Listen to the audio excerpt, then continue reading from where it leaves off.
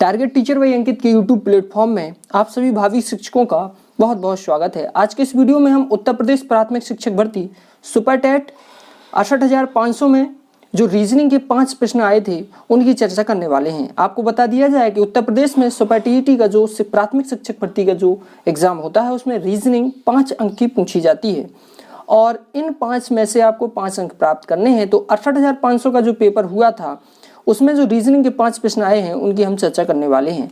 आइए दोस्तों हम लोग शुरुआत करते हैं। अगर आप पहली बार चैनल पर विजिट कर रहे हैं तो चैनल को सब्सक्राइब जरूर करें और पास में बेल आइकन को जरूर दबाएं और यदि आपने चैनल को सब्सक्राइब किया हुआ है तो आपका बहुत बहुत धन्यवाद। चलिए हम शुरुआत करते हैं अपना प्रश्न पहला। यहाँ पर देखिए 81 नंबर का जो अपना पहला प्रश्न है ये रीजनिंग का प्रश्न है। 81 से 85 तक रीजनिंग के प्रश्न पूछे गए थे जिसमें से आपका पहला प्रश्न आप देख पा रहे हैं।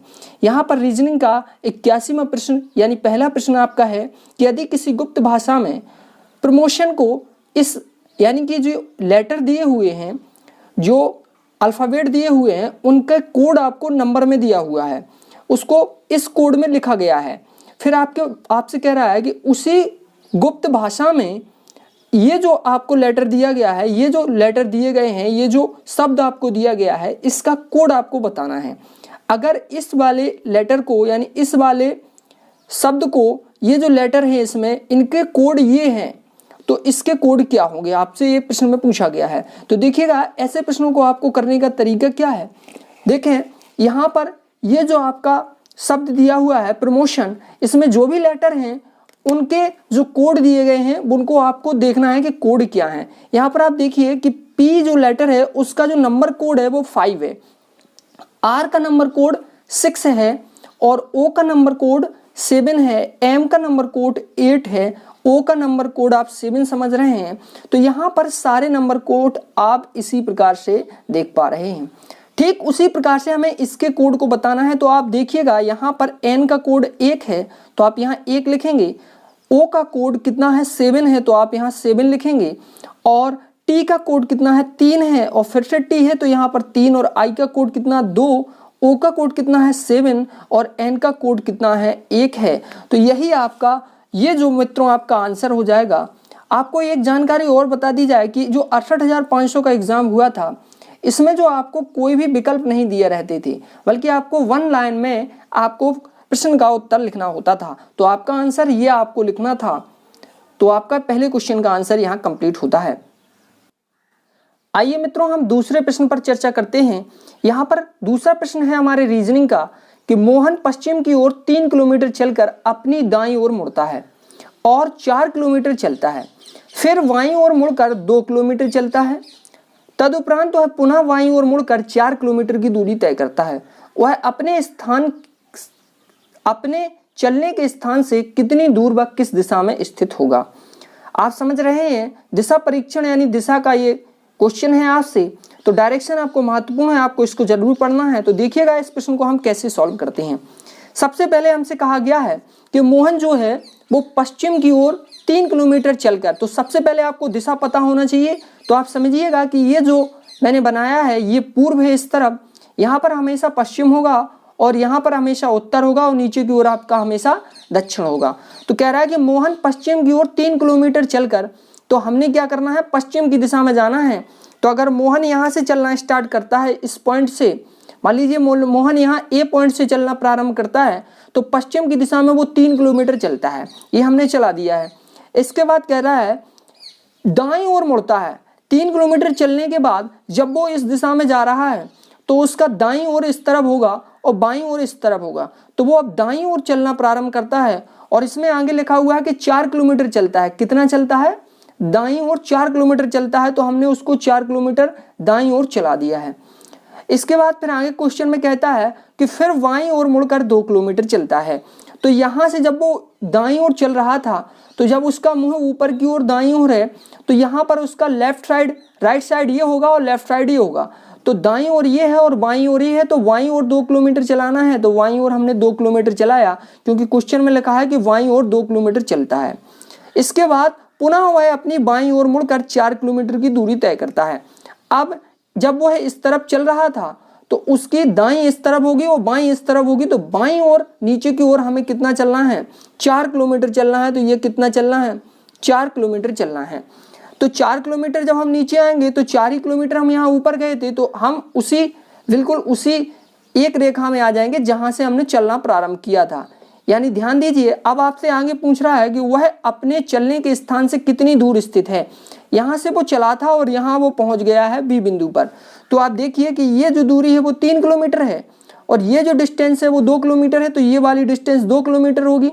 तो इस प्रकार बोस ने ये जो चलने के स्थान है वहां से इसकी दूरी 5 किलोमीटर टोटल हो जाएगी। अगर बात की जाए दिशा की, तो इस ओर दिशा है, यहाँ पर वो स्थित है और इसकी दिशा है इस ओर, तो ये वाली जो दिशा है वो पश्चिम की दिशा है। तो आपका आंसर हो जाएगा 5 किलोमीटर पश्चिम दिशा। आपका आंसर होगा 5 किलोमीटर पश्चिम दिशा, ये आपको वहां पर लिखना होगा। तो यहाँ पर अब तो हमारी जो सुपर टेट की परीक्षा है उसमें विकल्प दिए रहते हैं, 68,500 में विकल्प ना होने के कारण आपको इस प्रकार से वहां लिखना था। तो ये आपका दूसरा प्रश्न था। रीजनिंग का हमारा तीसरा प्रश्न है मित्रों कि श्रेणी 4m, 9k, 16i, 25g।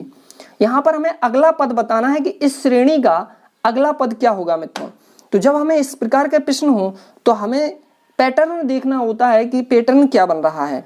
यहाँ पर आप ध्यान से देखिए तो ये जो 4 लिखा हुआ है ये 2 का वर्ग है, यहाँ पर ये जो 9 है वो 3 का वर्ग है, यहाँ पर ये 4 का वर्ग हो जाएगा और यहाँ पर ये जो 25 है वो 5 का वर्ग होगा।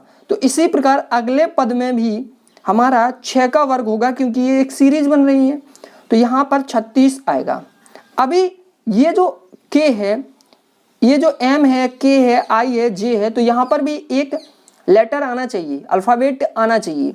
तो यहाँ पर m जो है, m का अगर हम यहाँ पर रिलेशनशिप देखें k से तो हम देख पा रहे हैं कि यहाँ पर 2 कम हो रहा है क्योंकि k के बाद l और m, तो यहाँ पर -2 हुआ है। कितना हुआ है? -2। यहाँ अगर हम इसका रिलेशनशिप देखें तो i के बाद j और k, यानी 2 हमें प्लस करने पर k मिल रहा है, तो k से अगर i की ओर आएंगे तो हमें 2 कम करना पड़ेगा, यानी प्रत्येक बार 2 कम हो रहा है। यहाँ भी देखिए i, g के बाद h और i, यानी 2 ऐड हो रहा है, तो अगर हम पीछे की ओर आएंगे तो -2 होगा। उसी तरह से अगर हम यहाँ 2 पीछे की ओर आएंगे तो यहाँ पर अगर हम -2 करेंगे तो हम समझते हैं कि अगर g के पहले हम देखें 2 छोड़ के तो e आना चाहिए आपका, e, क्योंकि e के बाद यहाँ पर e आएगा, तो आप अगर e के बाद f और g तो आपका g आ जाएगा। तो यहाँ पर आपका आंसर क्या आएगा? 36e। तो आपका आंसर क्या होगा? 36e, 36e आपका अगला पद होगा। इस श्रेणी का अगला पद क्या होगा? 36e इसका अगला पद होगा। तो ऐसे प्रश्नों में आपको क्या करना होता है? पैटर्न देखना होता है। चलिए हम अगला प्रश्न के बारे में बात करते हैं।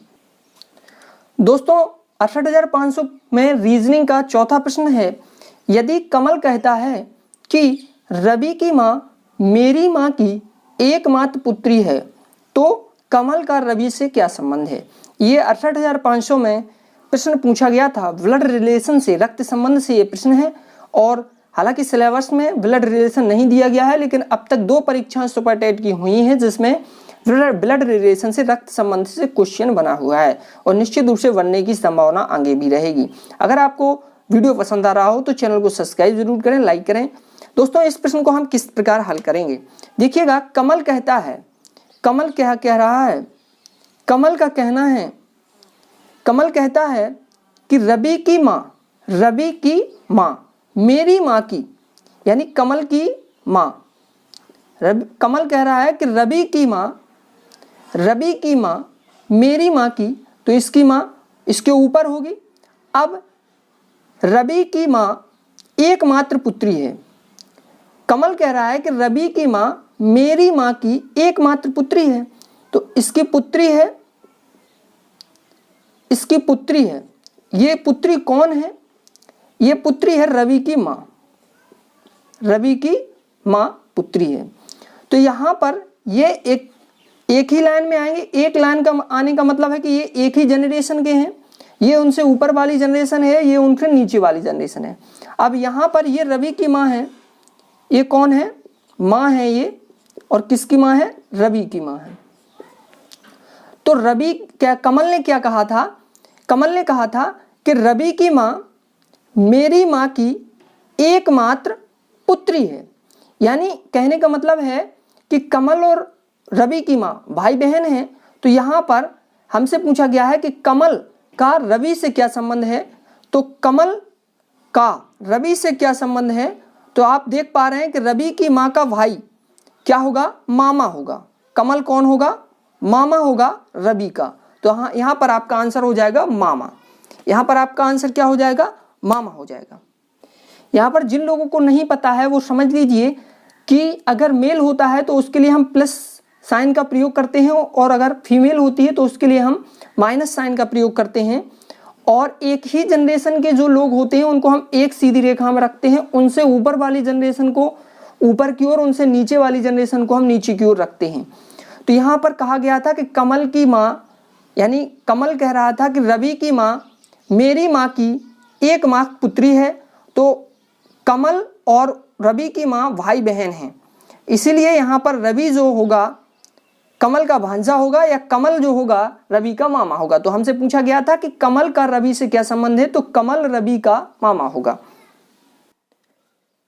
सुपर टेट 68,500 में रीजनिंग का अंतिम प्रश्न था। यह हमारा जो प्रश्न है, यहाँ पर आप देखिए, यहाँ पर BC ratio DI proportional DE ratio, यहाँ पर हमें इस क्वेश्चन मार्क की जगह पर बताना है कि क्या आएगा। तो ऐसे प्रश्नों में हमें इस पद का इस पद से रिलेशन देखना होता है, वही रिलेशन हम इस पद का इस पद से रिलेशन लगाएंगे।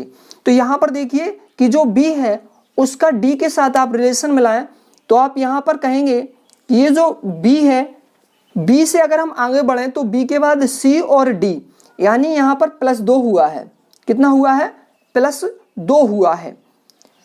तो इसी प्रकार अगर हम यहाँ पर देखेंगे कि D के बाद अगर हम 2 आगे बढ़ें, कितने आगे, 2 आगे, तो क्या आएगा, D के बाद E और F, क्या आना चाहिए, F आना चाहिए। तो F आ जाएगा। उसी तरह से अगर हम C का रिलेशनशिप देखें I के साथ, क्या रिलेशनशिप है, तो C से आप काउंट करना चालू करें, D E F G H I, तो +6 हुआ है। कितना हुआ है, +6 हुआ है। तो यहाँ पर E पर भी आप +6 करेंगे तो यहाँ आपको अगला पद मिलेगा। जैसे ही आप E से आगे बढ़ेंगे 6, आप यहाँ से जोड़िएगा E के बाद F G H I J और K, तो छठे नंबर पर आपका K आया है। तो यहाँ पर आपका क्या हो जाएगा, K हो जाएगा, और यही आपका क्या होगा, आंसर होगा। आशा है मित्रों आपको वीडियो पसंद आया हो। अगर वीडियो पसंद आया है तो चैनल को सब्सक्राइब करना ना भूलें, और यदि आपने चैनल को सब्सक्राइब किया हुआ है तो आपका बहुत बहुत धन्यवाद। ऐसे ही वीडियो आपको लगातार मिलते रहेंगे। आप सभी भावी शिक्षकों को बहुत बहुत धन्यवाद।